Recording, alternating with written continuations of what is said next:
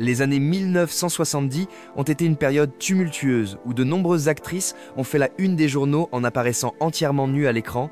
Mais ont-elles tout risqué uniquement pour la gloire ou ont-elles été contraintes de le faire par une industrie dominée par les hommes? Nous allons nous plonger dans les histoires de 13 actrices qui se sont dévoilées entièrement et découvrir comment leurs choix audacieux ont eu un impact durable sur Hollywood. Jane Fonda a incarné le rôle de Bree Daniels en 1971, dans un mélange puissant de changement personnel et d'éveil politique. Bree Daniels, une call girl new-yorkaise haut de gamme qui savait manipuler les hommes comme une pro, n'était pas un simple personnage pour Fonda. C'était une déclaration après avoir joué dans Barbarella, où les gens s'attendaient à ce qu'elle incarne une figure sexy et enjouée. Une fois de plus, Fonda a surpris tout le monde. Bree était dure, abîmée et loin du fantasme de quiconque. Parlons maintenant des scènes qui ont retenu l'attention de tous. Celles où Bree se déshabille plus que ses vêtements. Il ne s'agissait pas simplement de scènes de nudité typiques destinées à choquer. Elles étaient crues, inconfortables et brutalement honnêtes. Fonda a utilisé sa vulnérabilité pour remettre en question ce que signifiait être une femme à l'écran. À une époque où les femmes devaient sourire et être jolies devant la caméra, Fonda a montré que la nudité de Bree n'avait rien à voir avec le fait d'être séduisante. Il s'agissait de révéler les profondes cicatrices de son âme et de montrer les luttes complexes entre le pouvoir et la soumission. La performance de Fonda ne lui a pas seulement valu un Oscar, elle a brisé le moule, prouvant qu'une femme pouvait être à la fois forte et fragile tout en défiant les attentes d'Hollywood. Avec Bree Daniels, Fonda ne se contentait pas de jouer, elle faisait une déclaration audacieuse.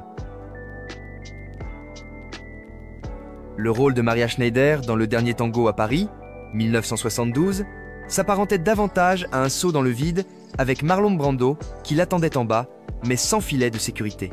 Le film était rempli d'émotions brutes et intenses et de contenus explicites qui laissaient le public soit cloué à son siège, soit en train de fuir la salle. Schneider, qui venait à peine de sortir de l'adolescence, a été poussée dans un rôle qui exigeait tout d'elle, y compris des parties d'elle-même qu'elle n'était pas prête à donner. Voici la partie troublante. Schneider a révélé plus tard que la scène la plus célèbre n'était pas entièrement consensuelle. Cette expérience l'a profondément marqué, transformant ce qui aurait dû être son grand succès en un souvenir douloureux, même si le film est devenu un classique. Il est difficile de le regarder sans ressentir le poids de ce qui lui est arrivé. Schneider a livré une performance inoubliable, mais le prix à payer était trop élevé. Le film restera peu, être dans les mémoires, mais le traumatisme qu'elle a subi aussi. Charlotte Rampling ne s'est pas contentée d'entrer dans le portier. De nuit, 1974, elle a plongé dans les ténèbres les yeux grands ouverts. Le film, qui explore la relation tortueuse d'une survivante de l'Holocauste avec son ancien bourreau nazi, est comme un mauvais rêve qui vous hante. Le personnage de Rampling ne se contentait pas de suivre une histoire, elle plongeait dans un profond marécage psychologique, nous entraînant avec elle. Le film aborde des sujets très tabous, et la performance intrépide de Rampling fait en sorte que vous n'en sortirez pas indemne. Chaque scène est un équilibre entre l'horreur et l'intimité, vous forçant à affronter les côtés les plus sombres du désir humain. C'est le genre de film qui laisse une impression durable, que vous y soyez prêt ou non. Rampling n'a pas seulement joué le rôle, elle l'a incarné, avec ses cicatrices et tout le reste. Pam Grier était une figure importante du cinéma dans les années 1970. Elle a joué dans des films tels que Coffee 1973 et Foxy Brown 1974, montrant à Hollywood un type de femme qu'il n'avait jamais vu auparavant. Grier ne s'est pas contentée de jouer dans ses films, elle les a possédés. Elle a incarné des personnages forts au lieu des rôles féminins faibles habituels. Grier apparaissait parfois nue dans ses films, mais ce n'était pas seulement pour choquer. Elle voulait faire passer un message dans une industrie qui utilisait souvent le corps des femmes noires sans respecter leur talent. Grier prenait le contrôle. Elle montrait qu'elle était puissante et confiante, sans avoir besoin de l'approbation de quiconque. Ce faisant, Grier changeait la façon dont Hollywood percevait les femmes de couleur. Elle ne se contentait pas de suivre les règles, elle en créait de nouvelles. Pam Grier a montré à tout le monde qu'elle pouvait raconter sa propre histoire, à sa manière. Le premier grand film de Susan Sarandon était The Rocky Horror Picture Show, 1975. Ce film était vraiment bizarre et différent, mais les gens l'ont adoré. Sarandon jouait Janet Weiss, qui semblait être une fille gentille et normale au premier abord, mais lorsqu'elle s'est retrouvée plongée dans un monde fou, rempli de costumes étranges et de choses bizarres, elle s'y est parfaitement intégrée. À un moment du film, le personnage de Susan Sarandon se déshabille.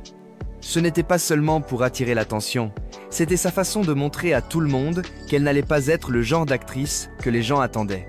Elle se libérait des rôles de gentille fille que Hollywood voulait lui faire jouer. C'était comme si Susan Sarandon disait à tout le monde « Si vous pensez que c'est fou, attendez de voir ce que je peux faire d'autre ».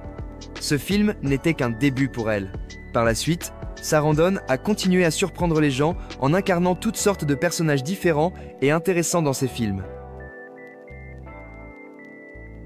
À la fin des années 1970, Brigitte Bardot était plus qu'une simple actrice magnifique.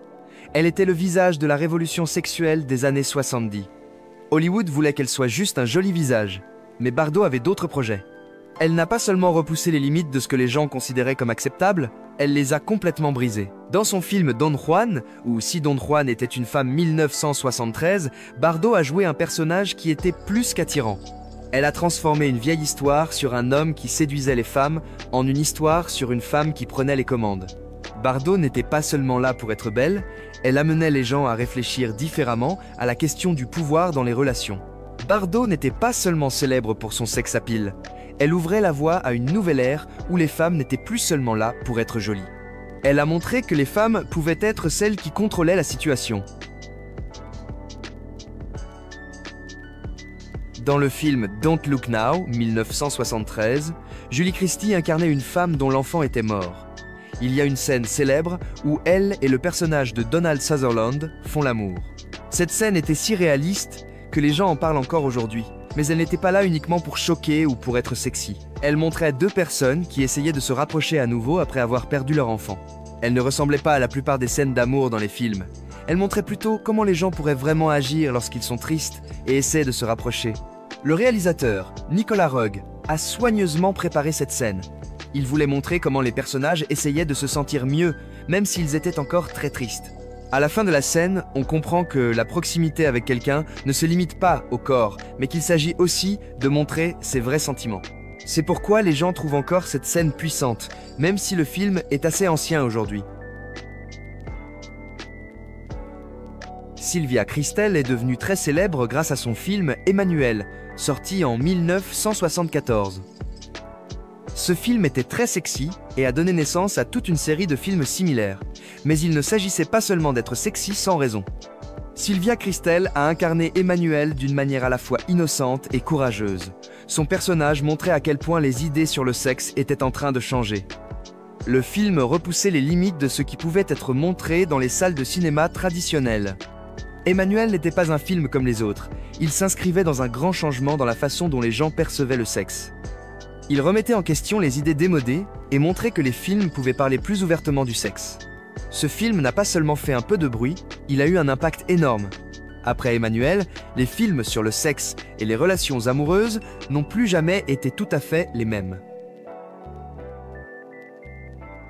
Liv Ullmann était déjà une très bonne actrice lorsqu'elle a joué dans Scènes de la vie conjugale en 1973, mais ce rôle l'a rendue encore plus célèbre. Il y a quelques scènes où Ullmann est nue, mais elles ne sont pas là pour choquer.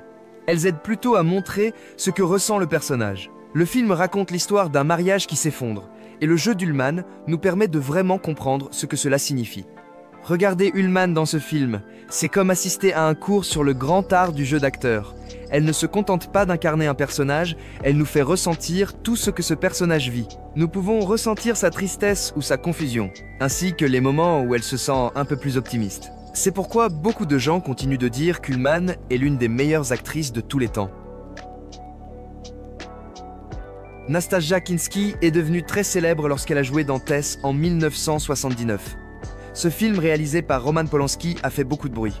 Kinski incarnait Tess Derbyfield, un personnage qui mène une vie très difficile. Le film montre à quel point le monde peut être difficile pour des femmes comme Tess. Il y a des scènes où Kinski est nue, mais elles ne sont pas là uniquement pour montrer son corps. Elles nous aident à voir à quel point Tess est vulnérable, mais aussi à quel point elle est forte à l'intérieur. Kinski ne s'est pas contentée de jouer Tess. Elle est devenue Tess. Elle a fait ressentir au public tout ce que Tess ressentait, en particulier les moments tristes. Ce rôle n'a pas seulement rendu Kinski célèbre, il a fait d'elle une star. Après ce film, tout le monde voulait travailler avec Kinski. Il l'aimait, non seulement parce qu'elle était belle à l'écran, mais aussi parce qu'elle était une actrice puissante. Quand on la regardait, on oubliait qu'on regardait un film. Elle était vraiment douée.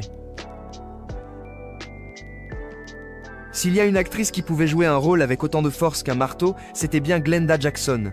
Un excellent exemple est son rôle dans The Music Lovers 1970, réalisé par Ken Russell, connu pour ses récits déjantés. Le film est moins une biographie qu'une vision déjantée et onirique de la vie tourmentée du compositeur Piotr Ilyich Tchaïkovski. Jackson joue le rôle de sa femme, une femme qui perd la raison alors qu'elle est prise dans le génie de son mari et ses luttes intérieures. Abordons maintenant l'évidence, les scènes de nudité. Elles ne sont pas là pour faire joli. Elles sont intenses, crues, et mettent mal à l'aise, montrant à quel point l'esprit de son personnage est en train de s'effondrer.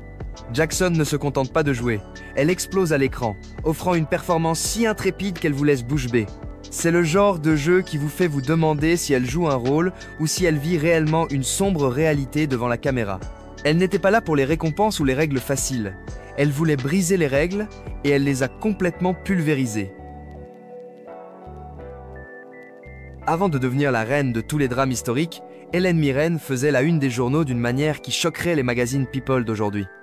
Revenons à Caligula 1979, un film plus controversé que la plupart des films jamais réalisés.